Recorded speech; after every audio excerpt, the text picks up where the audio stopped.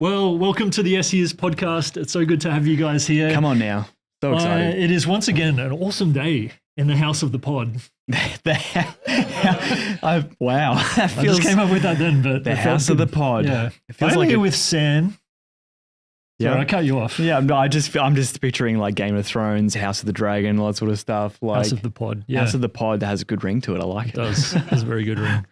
It's good to have you here, Sam. It's good to be here, and I'm grateful for the opportunity to be blessed, be in your presence, to be invited once again to be on the pod. But we are not alone today. We are not alone. We have Christopher Syncere in the house. Welcome to the yesHEis podcast, where we talk about sharing your faith with confidence so that you can play your part in helping the world know Jesus. Yo. How are you today, Christopher Syncere? Oh, I'm doing great. We're, across the pond, end of the day here in Orlando, Florida. But, man, it's great. I'm doing great. Everything's good. So good to have you here. Well, for those of you who don't know, Chris, he is a rapper in the Christian music scene. Is that what we would say? Yeah. And he's recently married, and he is actually about to drop an album and soon. A book on how to be married. And a book on how to be married. Yeah. Actually, let's read one. Yeah, while he knows everything early in his marriage, that's the perfect time to release a book. Yeah. And he's not about to drop an album. It's actually it's released right now, isn't it? Yes. A couple of weeks ago. Yeah. So the album is called This Used to Be Fun. Here's the crazy thing about the album. I always love to give origin stories when it comes to art. I feel like that you kind of get a better idea on, you can kind of better appreciate the art once you kind of have a little 100%. backstory. What's a superhero without an origin story, right? That's right. Yeah. We can't relate to Spider-Man without knowing how he got bit by the spider in the first place, right? It's true. So anyways, man, I came up with the name and the idea for the album probably 2 years ago at this point. I was working on, a little bit over 2 years ago, I was working on it toward the end of 2022, going into 2023. And it's crazy, man. I had maybe 60 or 70% of the album done. And I feel like the Lord was like just telling me to scrap the album. Wow. Which, no way. Why, yeah, man. What made you feel that? Yeah, it was hard, man. My heart wasn't really in the best place. My motives weren't really in the best place either, which, we can get into, but man, through a long process of just the Lord, working on my heart and, working on like Christopher Syncere as a person and not just like, as the artist, I feel like, this is the album I feel like I was created to make. Yeah. It feels, like some of my most personable work. And I think just even in, other singles and, shorter little EPs that I've made, I think you can hear just growth as a young man. Yeah. And, as a disciple of Christ. And man, I'm excited, for the fact that, it's like finally here for people to be able to listen and be able to take in the art. It's amazing, man. That's awesome. So what you're saying is you felt like God was leading you to make the album more sincere? Is that what you we have to do a little tally for every sincere. We'll do a sincere count. But on a serious note, I think as you were saying on a sincere note. Yeah, we got to stop that. Or he will end the call. But on a serious note, I feel like as you were saying that there could have been I feel like people have had these same sorts of crossroad moments where like you've put your time and effort into something, or there's an investment or whatever it is, and maybe you feel like God's leading you to take a different direction, or He's leading you to change things or whatever. And it's not like the automatic response is to scrap the album and start again. Right. The easy thing to do would just to be able to continue on the path that you're on because it requires less work. But instead you were obedient to that. That's a hard decision. That is a super hard decision. But how do you feel like that writing process was after that decision and starting again as opposed to beforehand? Yeah. So I mean, truthfully, man, I can be very critical of my own self, which I think that's kind of common with a lot of artists. You know, it's usually the artist that's their own worst critic. It's usually, you know, the artist that's like trashing their own work, and then it's like their supporters or their fans that are usually the ones that are like, no, what do you mean? You're so great, you're so awesome, you know. And it this whole process has just been like, oh man, it's it's a mixture, man. My like the flesh is just an interesting thing sometimes. The way like we go from either trashing ourselves or feeling like we have the biggest head in the world, like you know. So there were those times like, man, I'm the worst artist. This isn't not good. And then there's times where I'm like, I'm the best. Nobody, you know, nobody's gonna, you know. But then the Lord has like had to bring me to this like middle ground of, you know, it's not all about being the best, and you don't have to like trash yourself and just say you're the absolute worst. You know, you can just be like good, you know, and that's okay. Yeah. And yeah, man, it's been a journey. My writing process, I feel like I'm like when you listen to this album, you won't hear like me trying to chase like the hits. Like you won't find like your go-to radio song or something. And I didn't want it to be like that, at least for my debut album. I wanted it to be something that was raw and vulnerable and honest. And the crazy thing about albums, it's like a snapshot of, you know, somebody's life in that season. Right. Which I think is super cool. And I think, you know, that's when art is done really well, you know, is when you actually can hear the album or hear the music and know who the artist is. You feel like you know who the artist is, and they're not just telling you every single song about like the girl that they got with, or, you know, the drugs that they did or something like that, you know, but they're actually telling you about themselves. Yeah. Do you think that was that a shift compared to the album that you were going to release? Like, is that the nature of the difference between this writing season, that you kind of strip things back to like, what's the core of who I am and who I want to, you know, what I want to put out into the world? Yeah. 100%. Man, I have to credit this album. Like, I feel like if I could give like, if there was somewhere where I could put like BTS credits on the album, obviously like the Lord would be the number one. And I credit a lot of the content on this album to my wife, man. She has been absolutely instrumental in my growth as a man, and as an artist. And where you would have maybe seen me before just trying to like chase hits and just rush my art, you know, and we still have those conversations where I'm like, oh, we got to get this thing out and we have to do this and that. And she's like, man, like you want to do something that is like, faithful to what the Lord is calling you to do. You don't just want to just keep up with, you know, whoever the heck is, you know, out here, doing all these things, because you want to look back and be proud of your work. You want to look back and be proud of your art. That's awesome. Yeah. Wow. It's challenging. You know, yeah. She sounds like an awesome person. Oh, she's the best. Yeah, man. You know, but it, like I was saying a minute ago, just with our flesh, sometimes we don't want to hear that stuff. Like sometimes it's like, you know, no, I'd want to release all these like hits and stuff, but man, that, you know, at least for me, like that isn't the stuff that I feel is authentic, you know, and it's not what I necessarily feel called to. I feel called to like challenge with my music, and I feel called to, that's awesome, you know, be able to like disciple through my music. And, you know, you're not always going to get the, you know, surface level kind of vibes for me, you know. Is that why you called it This Used to Be Fun?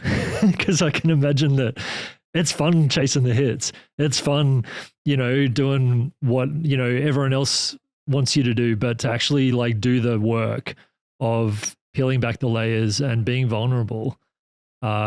is not necessarily always fun. Is that some of the thought behind the title, or is it something different? Yeah. So this used to be fun. So essentially, when I had first came up with the album name, and what's the crazy part, which is so cool the way it worked out, was when I started the album, way back in, like I said, I think it was the end of 2022 or whatever I started it. It was the end of 2022. I have a picture on my phone, which I don't even know where my phone is. Oh, it's right here. I'll try to find it maybe at some point and show you guys. Yeah.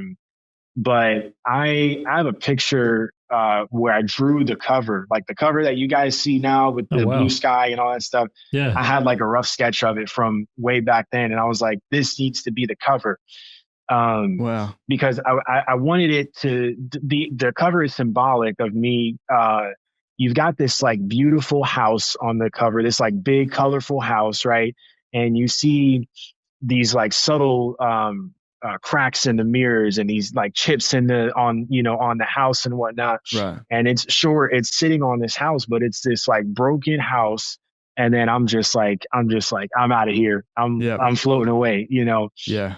And it was very symbolic of where I was at that time, and really where like the Lord started to bring me out of, man. Right. And so I found myself in a place like the end of 2022, throughout 2023. Like I had left the church that I was going to previously.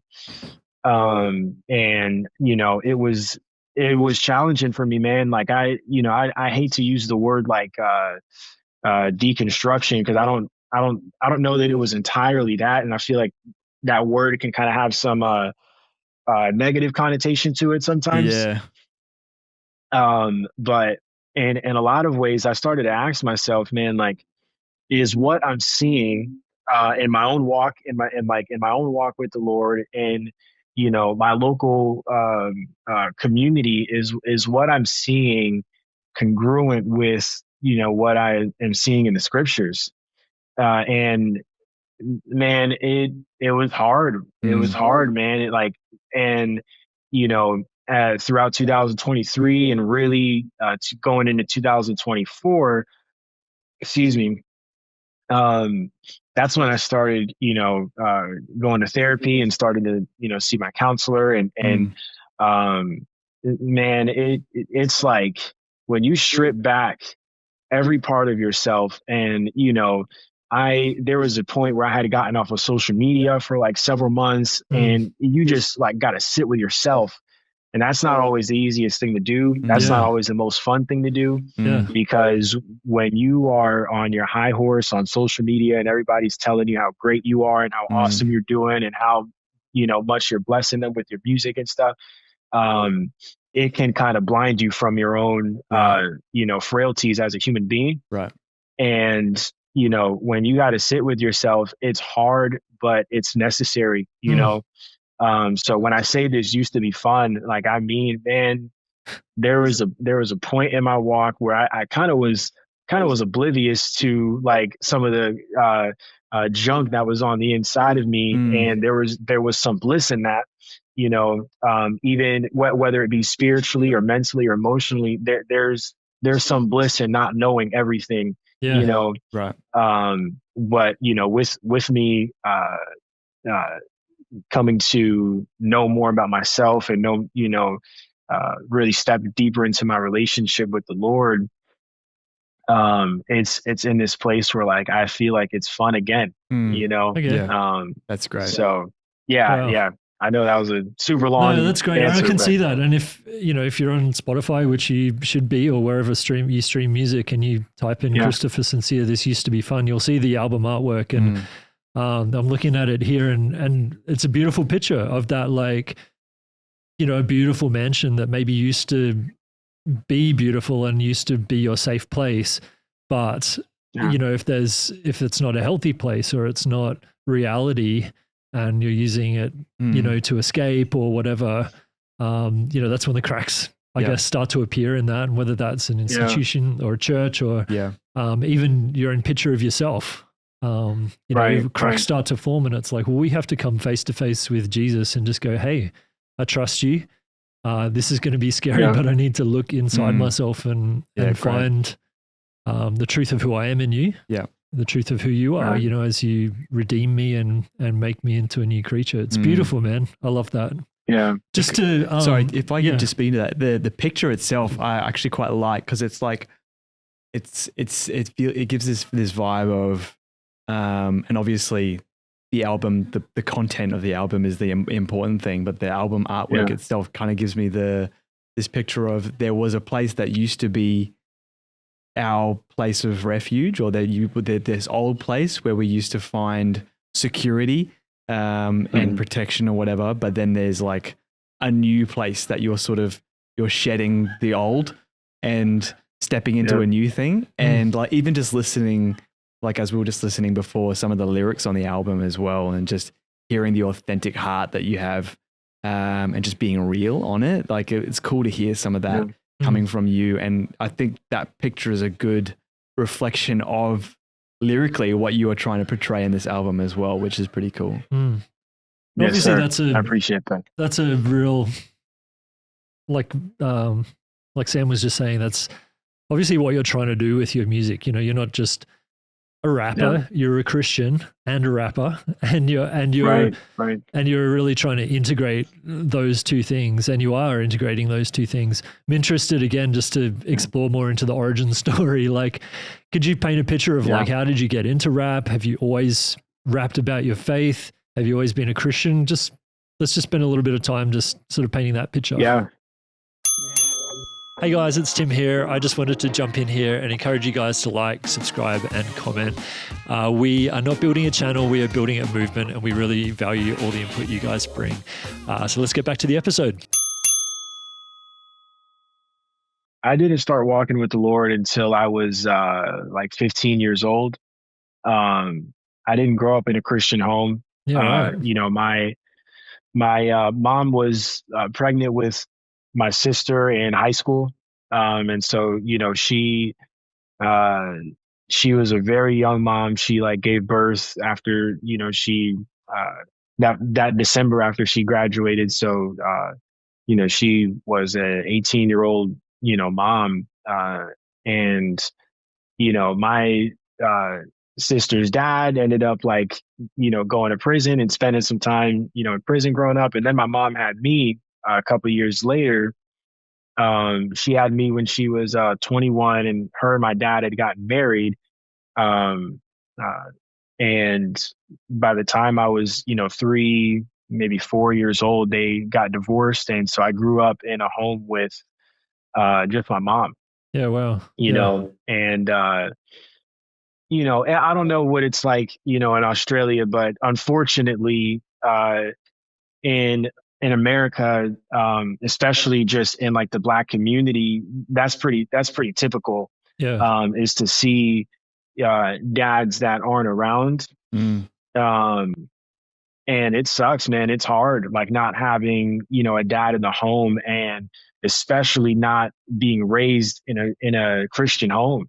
You know, I didn't know what I was missing out on until I grew up, you know, and, you know, I started to see families that were raising their children up in the Lord. I'm like, man, I wish I would have had this. But, you know, instead it was, you know, by the time my mom was my age, she was a single mom with 2 kids, you know, she was working at like a small restaurant. We were getting kicked out of a bunch of different houses. We were moving all the time, you know, and, you know, living on like assistance from the government, you know, that helping us out with like, you know, food stamps and things like that. Like, and so it was a pretty tough upbringing. And I had an experience that most children, you know, don't have. You know, I didn't really have a sense of stability or security in my home. And the influences, you know, in my home and in my community weren't the best influences. You know, there were family friends of ours who were involved in like drug life and, things like that. These weren't uncommon themes in my home and in my upbringing. And so, but it was like this whole time growing up, I felt like I look back now and I see how God just protected me and shielded me the entire time growing up. Man, I remember like just always being the oddball out, even just amongst my friends as kids. Like everybody started like, cussing when we were like 9 years old. And I was like, no, you can't say that. That's a bad word, it was like when we started getting into middle school and high school and friends of mine would start to smoke or drink and go to different parties. That just was never me. I always knew that God was real. I didn't know what it meant to walk with him though. I didn't know what it meant to have a relationship with him. Had you been introduced to God by anyone, or like, did you know about God because of school or church, or I don't know? Yeah. So I would go to church when I would visit my grandma. So we would visit her. Me and my sister would stay the weekend with her probably once a month or, every couple of weeks or so. And my grandma would always bring us to church. She made sure that our behinds were in Sunday school, and I look back and I'm so grateful for that. I remember being so fascinated with the things of God and so fascinated with the Bible. My mom had like this, like dusty King James Bible, just in the garage. And I remember just picking it up, 8 years old. I don't know what anything in the King James version is saying, thou shalt, true. But from what I could pick up, I remember reading through Matthew in like 4th grade. And I was like, man, this is like, this Jesus guy has a lot of wisdom, Okay. And so, I mean, I always knew he was real. And then 7th grade, my grandma introduced me to Christian rap. She brought me to a Lecrae show. Lecrae was in Orlando. Whoa. Let's rewind. Say that sentence again. Yeah, I know. Isn't that crazy? My grandma was the one that introduced me. Yep. Yeah. I never thought about how crazy that is. Yeah, my grandma introduced me to Christian rap out of all people. That is so good. Your grandma's awesome. But yeah, she's really cool. I love her so much. Lecrae was in town with Andy Mineo and a couple other people. They were all on tour. And she got tickets for me and my friend Anthony. And man, we went there, and I remember I felt the Holy Spirit, I think, for the first time in my life at that concert. And man, I could get emotional even now, man. I had this I don't know if you guys know the artist like Machine Gun Kelly. But I had this, because I was always a big MGK fan. I had this Machine Gun Kelly like arm bracelet. And I remember just feeling so convicted by the Holy Spirit in just 7th grade. And I'm like, man, I got to throw this thing away. Like, I can't be wearing this stuff, Yeah. And I look back and I see these moments where it's like the Lord is just trying to grab my heart, and still I didn't know what I didn't know. I didn't know what it meant to really be a disciple of Christ. So, fast forward, and I'll wrap this up here, be kind of quick with my origin story here. But 8th grade, my grandfather, he got diagnosed with lung cancer, stage 4 lung cancer. Wow. And I watched him fight for, a year. He ended up passing away. And I remember the morning he passed away, I was like standing at the threshold of his door. He passed away in his home. So he was like, just kind of on this like bed setup. They had him hooked up with the, all this stuff. Right. So, I remember standing at the threshold of his door in the morning. I'd gotten up early and I was just watching him. Everybody else in the family was there. They were in his house. Everybody was sleeping. And, I was just staring at him breathe. Like, he was non-responsive. He was just there breathing. And then I saw him take his last breath. And at the time, I had just turned 14 years old. And so, I'm like a kid. Wow. And I'm like, man, I just saw my grandpa pass away in front of me. And I didn't believe it was real at first. Like, I'm like, okay, he's going to take a breath in the next like couple seconds or so. And it just stopped. A minute went by, 2 minutes went by, 3 minutes went by. And I was like, yeah, I think he's gone. Wow. And so I had to be the one to wake the family up and be like, okay, my grandpa's passed away. And that really is what I think was the turning point for me, because it made me realize that I'm going to meet the same fate one day, whether it be through lung cancer or whether it be through like however else, like, everybody's going to pass away. So it's just a matter of when and how, Right. And I realized that at that time, and it was at that moment that I was like, I got to start taking this God thing seriously. But even then is probably about another year or so till I, like this girl that I liked at the time in high school, she invited me to youth group. I didn't really, want to go to church like that. I was like trying to be like a cool high schooler, but I was like, all right, if you're going to be there, I'm going. So, so I went, man. And sure enough, it was there that the Lord met me, man. And, that was the church that I would end up being at for, 8 years. I got them tattooed on my knee. You guys can't even really see it. Yeah.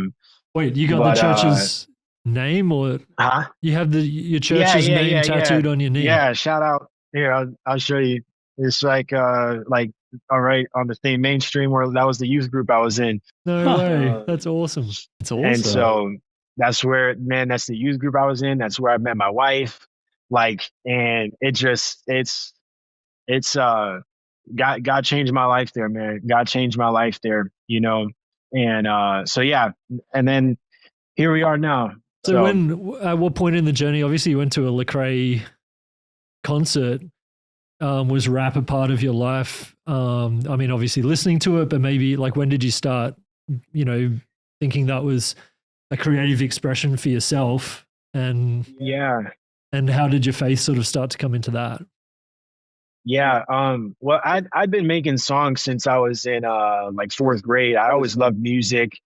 I was the one kid in my fifth grade is when we started like playing the recorder. Everybody had to play the recorder in fifth grade. And we were playing like the song Hot Cross Buns and all of that. Like, but I was the only kid that was going to my music teacher and was like, no, I literally asked her, I need a book of like all these songs. And I taught myself how to read music. Yeah. Like, right. Well, on the recorder. On the recorder. Yeah. No way. Yep. And I just remember like it'd be after school, I would do my homework and I just wouldn't go hang out with my friends.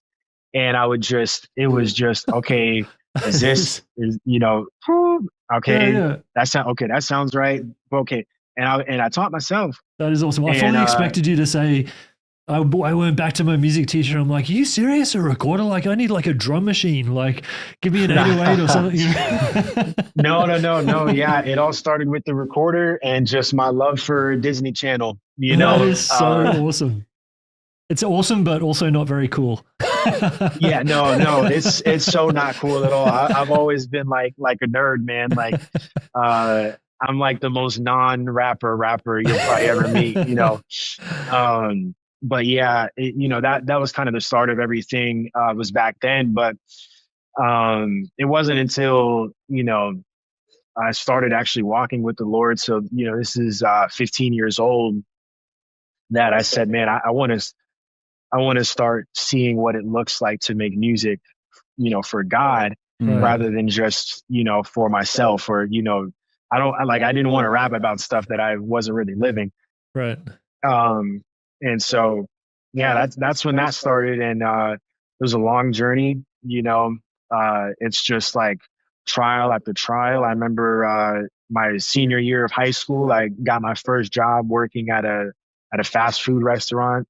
Wendy's is where I was working. And man, it was like every paycheck, it was like studio time. We got to buy beats. We got to do photo shoots. We got to shoot videos. And, Yeah. you know, I failed a lot, and somehow, you know, I ended up here, man. And so, you know, the Lord has been good, man.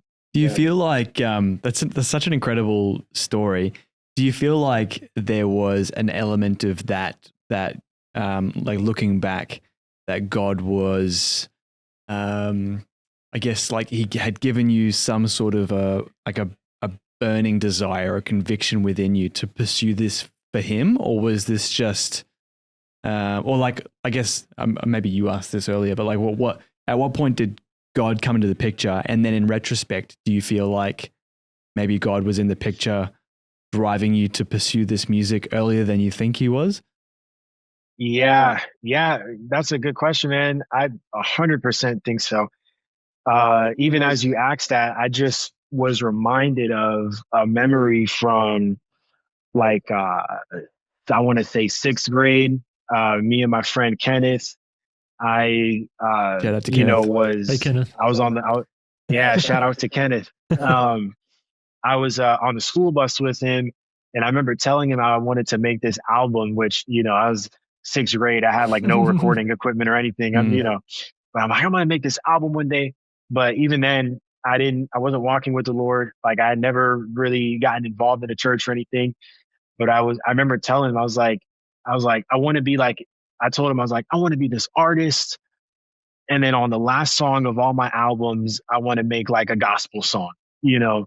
Really? And it's like who cares what the rest of the album was about? As long as the last album, I just wanted to make this like gospel album. That's so funny. So funny. Yeah. And it's going to feature the recorder all throughout it as well. I got to make a song one of these days just with the recorder, man. I can't remember the name of the song or the artist, but there's an Australian rapper where the key like hook from the song is actually a recorder. And it's pretty cool. Oh, wow. Yeah. Yeah. It's like a recorder. You guys got to find that. Send it to me. I'd love to hear that. Recorder with fat beats behind it. Who would have thought? Yeah. I mean, obviously Lecrae, you know, he doesn't pull punches in his lyrics or his music. Was that because you'd been to a Lecrae concert, and it was probably around that time or maybe a bit after that you started sort of making music yourself? Was he a big influence on that as well? Oh, 1,000,000%, man. Bro, if it's Lecrae and it's like KB or like my like ghosts. They're like, you know, I think more so KB has been an inspiration of mine. Yeah. Just because his music is so profound. But what I love is the man, you know, behind the scenes and behind the camera.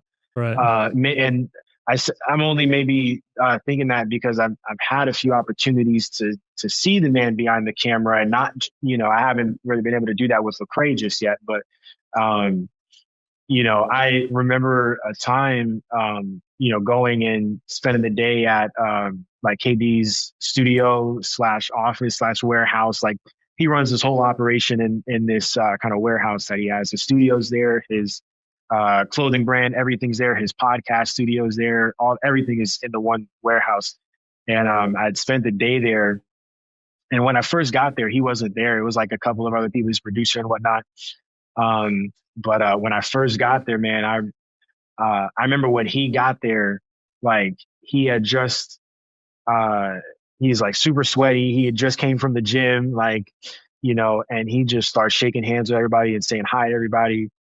And then, man, the first thing he does is like go in his office, and I remember hearing him, like, praying and, like, you know, leading a Bible. I think he was leading like a Bible study, and it was the coolest thing, because I was like, man, there's no cameras on this guy right now. Yeah, like this guy does not have to be nice to the people that are working for him. Yeah. You know, this guy at the time, I'm like some random dude. Like, he doesn't have to shake my hand and say hi.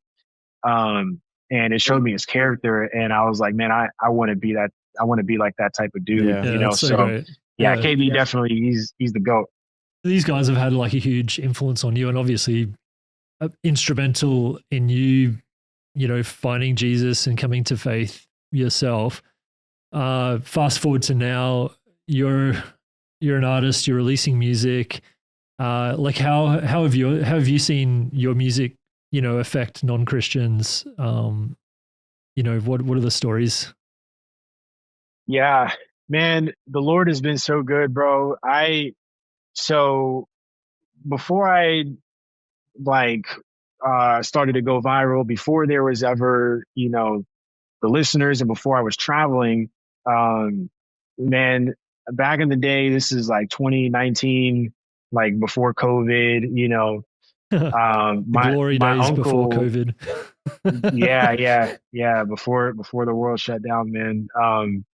So man, my uncle and I, um, he would really teach me the importance of like doing stuff not for the lights and not for, social media, not for people's approval, but just kind of really being like feet to the ground, in the streets. And we would do like a lot of street ministry, but it was very unconventional. We wouldn't stand on street corners with like, a megaphone, and like these signs. We were man, we would just go in front of clubs where you would see people walking by that were, drunk, or that were getting ready to go get drunk, and just have a good time. And man, we would just start rapping our testimony. Like it would start just us rapping, and we would always bring like a little crew around us. Wow. Yeah, like freestyle, just to make sure that it was like, huh? Like freestyle? No, I wish I could freestyle. They were stuff that was already written, Yeah, it was like we would make a scene, just in the middle of the street or something, and then people would start to come around, and I think because it was unconventional and you just saw these people rapping, you had people that were interested, and they were like, "Oh, what's these guys talking about?" And then you start hearing this, this like teenager at the time, man, I'm just rapping about how, God changed my life, and, about how Christ died on the cross for us, That's so cool. And I'm rapping this, and we're seeing people like literally, man, like I was getting ready to go in the club, and something just told me to just turn around and go home and just spend the night, at the house, or having people literally, man, like accepting Christ right there in the middle of the street. Like, man, can you pray for me? Like this, I know that I shouldn't be out here. I know that, and we were seeing a lot of that, man. It was powerful. Wow. So early on it was that, and these days, I mean, there's like, I'm still, kind of seeing, the effects of that. I think as we're like growing up, I still keep in contact with some of the people that I went to high school with. Yeah. And I think as we're like aging, I say that like I'm old, I'm 25, but as we're getting older, man, I'm starting to find there's people that are coming back to me that are like, like, Chris, I'm proud of the way that you have stayed, the straight and narrow. Can we get lunch sooner? Can we catch up soon? And, the same people that didn't want to come to the prayer circle back in high school where I would lead it, like these are the people now asking me, man, can you pray for me? Yeah, wow. And so it just is, it's really cool, man. It's really cool. And then obviously, you'll have certain videos go viral and whatnot, and then those will reach people that aren't Christian. And so it really is like, it's like a lot of digital evangelism going on, which is like the coolest thing, man. Yeah. Wow. I feel like just listening to that story, like even with you, like on the street rapping your testimony, it's like a bit of a microcosm of the greatest story of your life. And that is you doing what God's called you to do, creates a spectacle that draws people into his presence. And it's like you did that little moment. That kind of sounds like that's just in your entire life as well, where it's like this album, all these different creative expressions that you've got, you getting into God's presence and pursuing the heart of God and doing what you feel like He's placed in your heart and gifted you to do.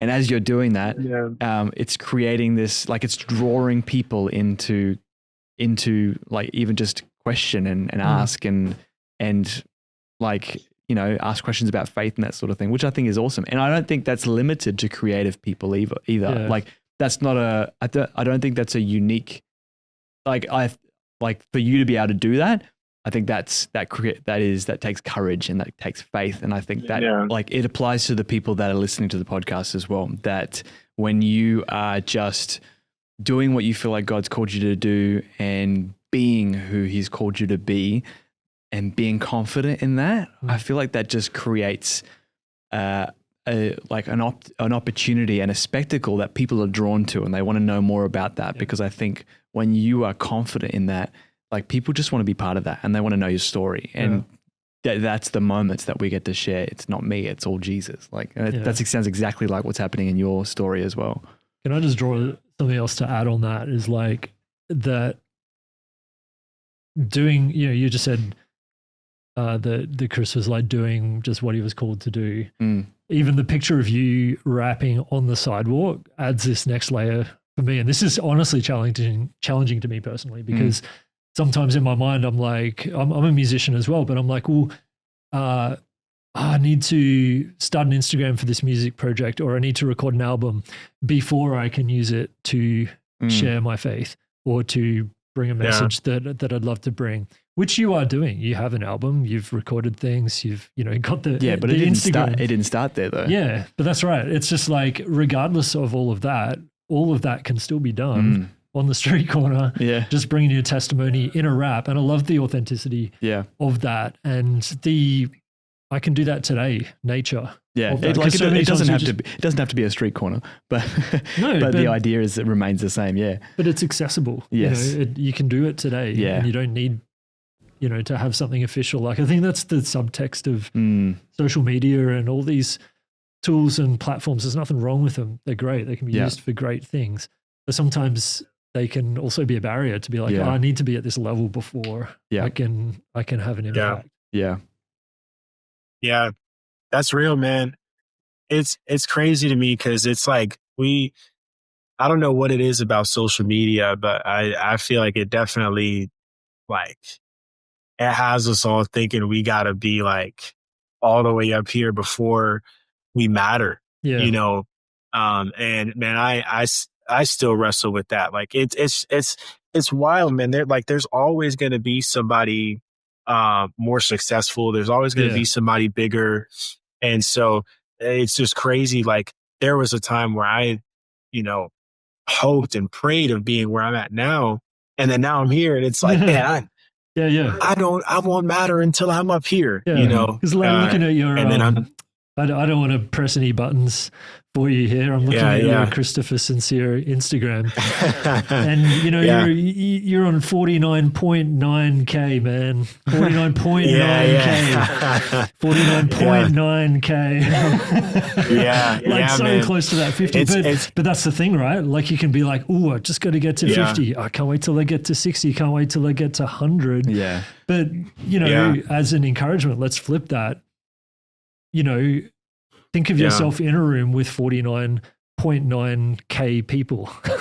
Think of yourself in a room with 499 people. That's larger than most churches. Well, think of yourself in a room with 4.9 people. And that would start to be weird.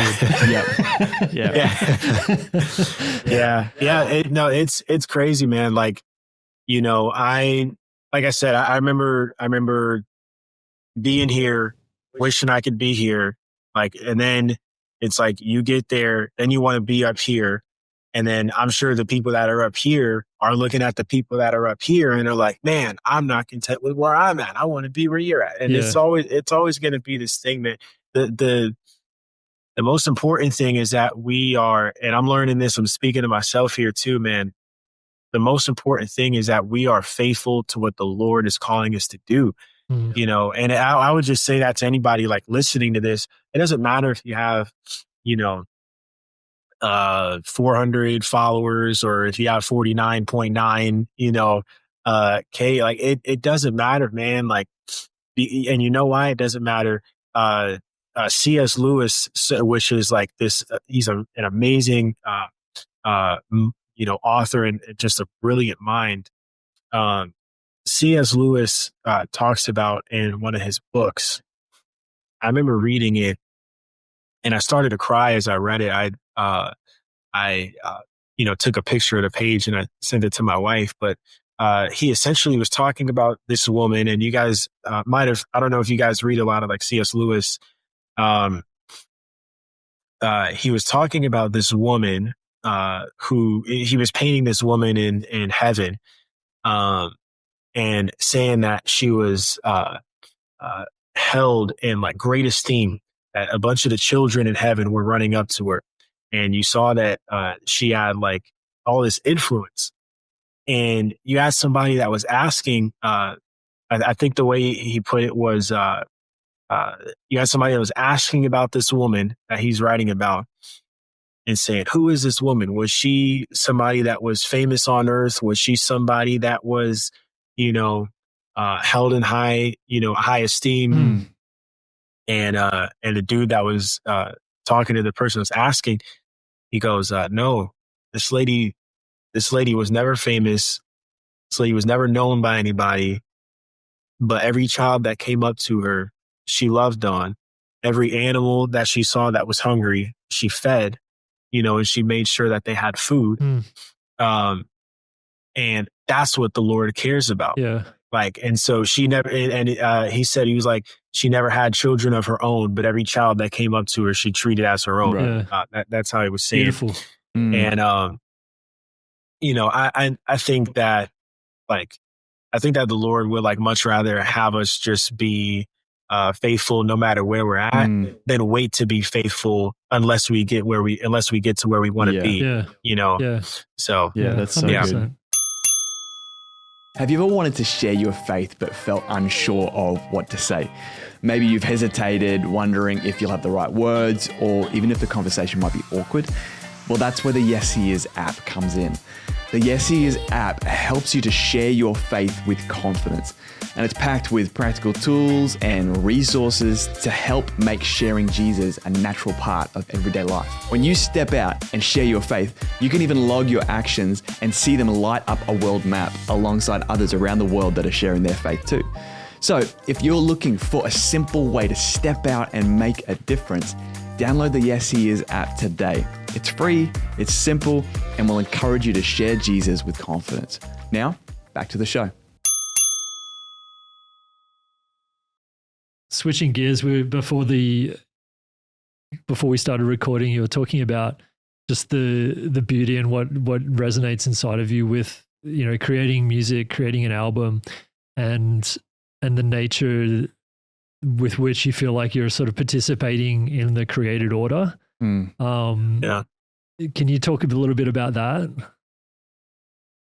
Yeah, man. So man, I was saying, I find myself so fascinated in just how art is made.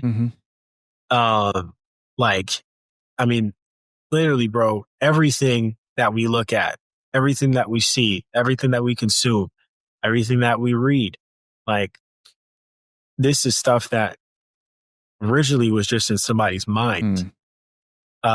In middle school, I went to it's like they call it a magnet school.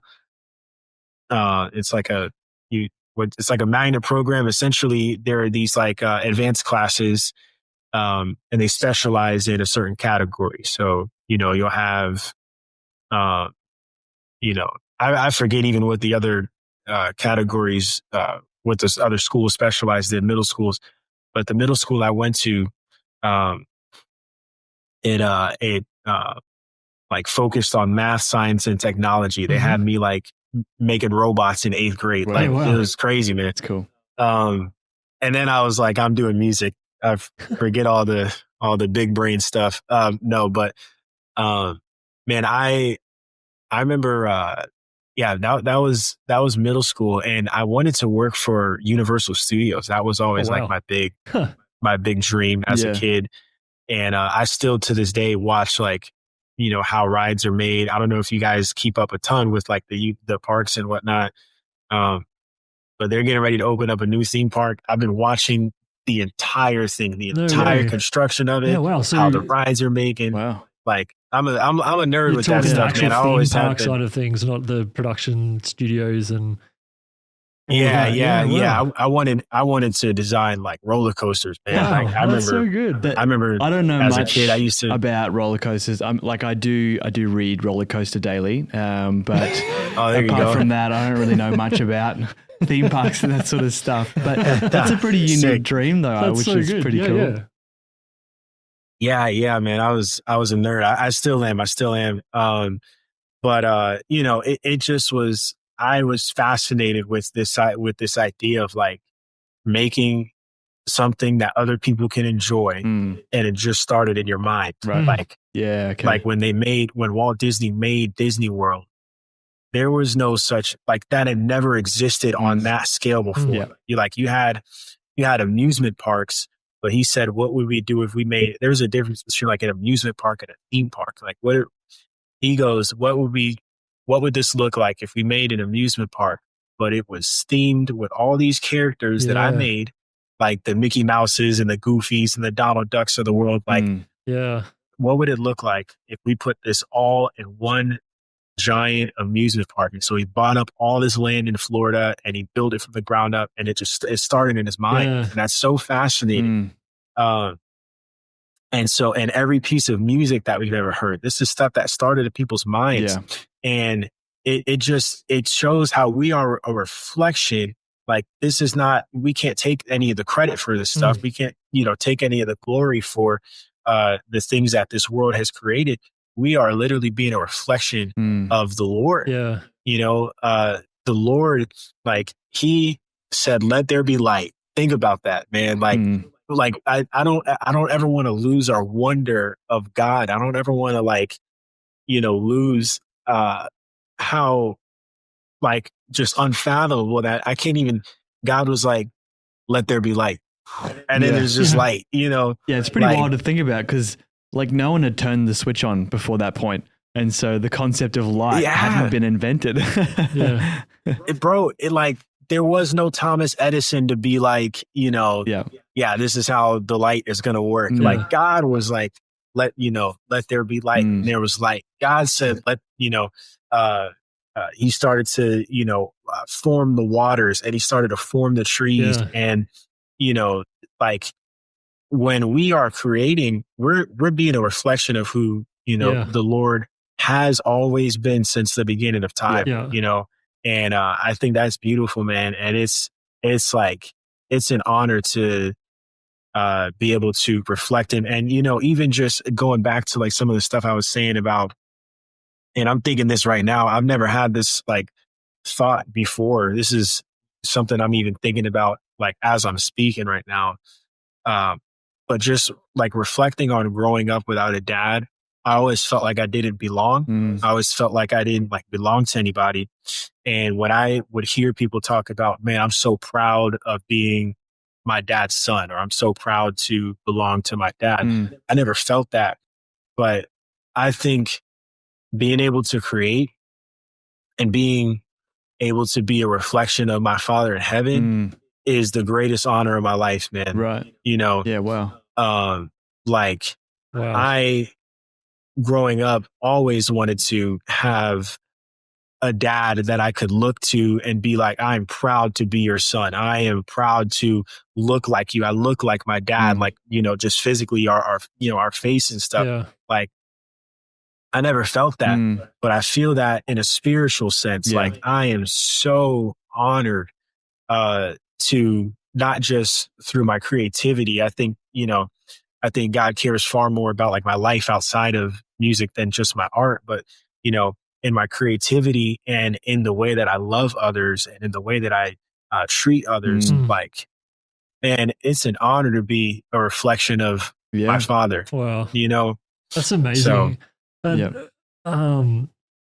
can't remember. There's a Sam, you're a pastor, and maybe Chris, like there's that Latin phrase which describes, is it like ex nihilo or something, where it's just like God literally created something out of nothing. Yeah. And that's what I'm hearing in what you're saying. It's just like, well, the album This Used to Be Fun has never existed before. Just as light never existed before God said, let there be light.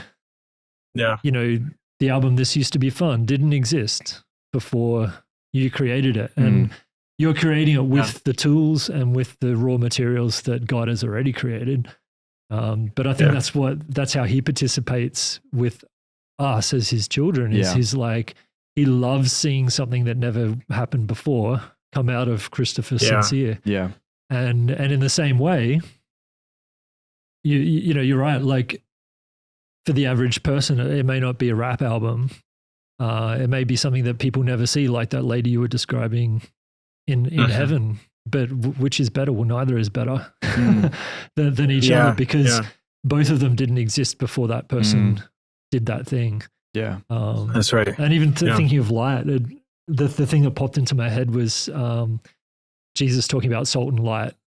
And he's like, no one lights a lamp and puts it under a bowl. Yeah. But what do? Right.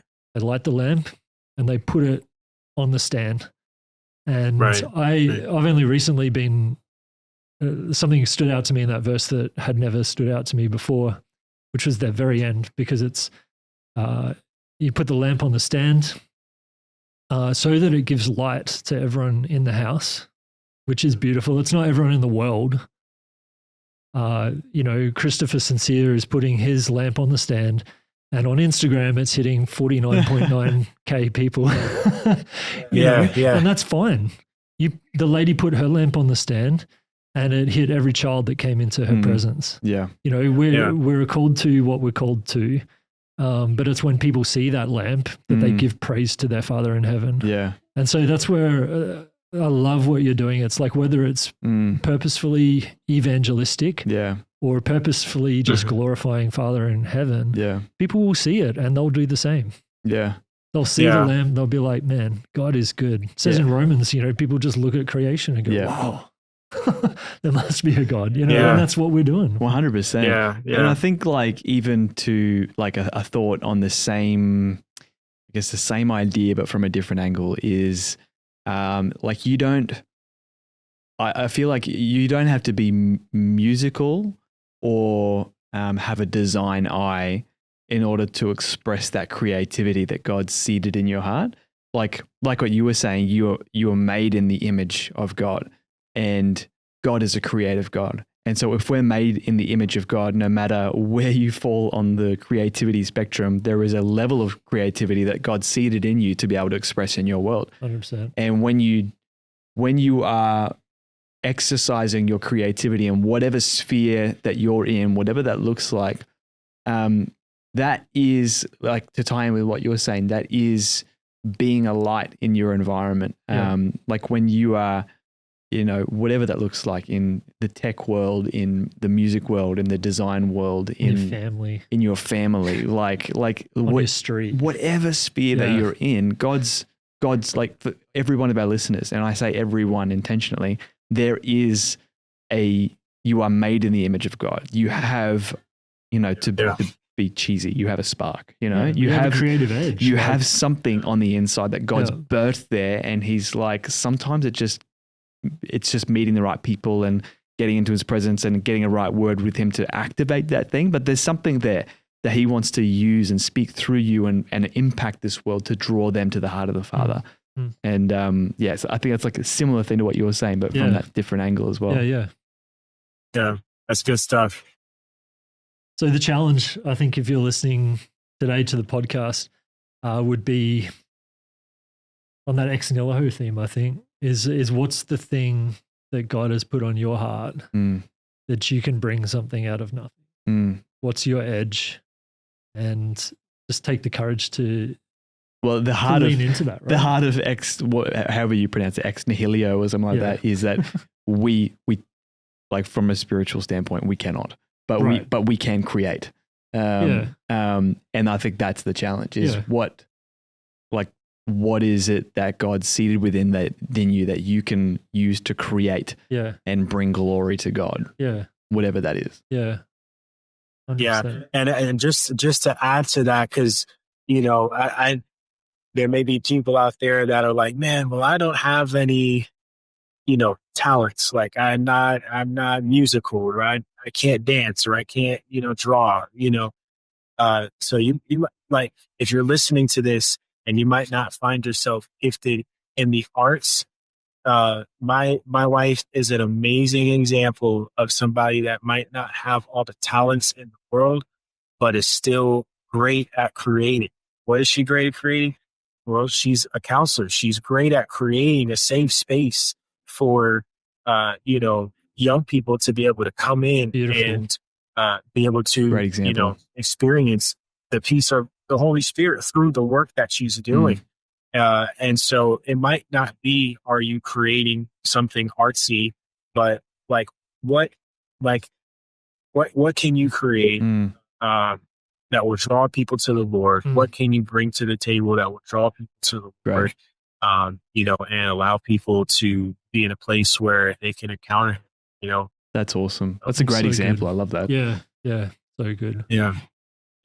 Well, I think we have to wrap up here, but Christopher Syncere, thank you so much for joining us today on the yesHEis podcast. Thank you for doing the work over these last few years to bring this latest album into fruition. It's I can't wait to just listen to it more and just really, get into it. And thank you for taking the time to dig deep into yourself and bring that authenticity to the world through your craft. And so if you've been listening to the podcast today and you don't know about Christopher Syncere, check him out on all social platforms. It's at Christopher Syncere. That's SYNCERE. His latest album is This Used to Be Fun, but it sounds like it's becoming fun again. So maybe that's your follow-up album. Sir. I don't know. You can take that or leave maybe that. This is fun. This podcast was fun. This podcast was fun. So thanks for joining us. And we will see you guys on the pod next time. Yeah. Thanks for joining us, guys. All right, you guys. Power in this word, give it to my neighbors.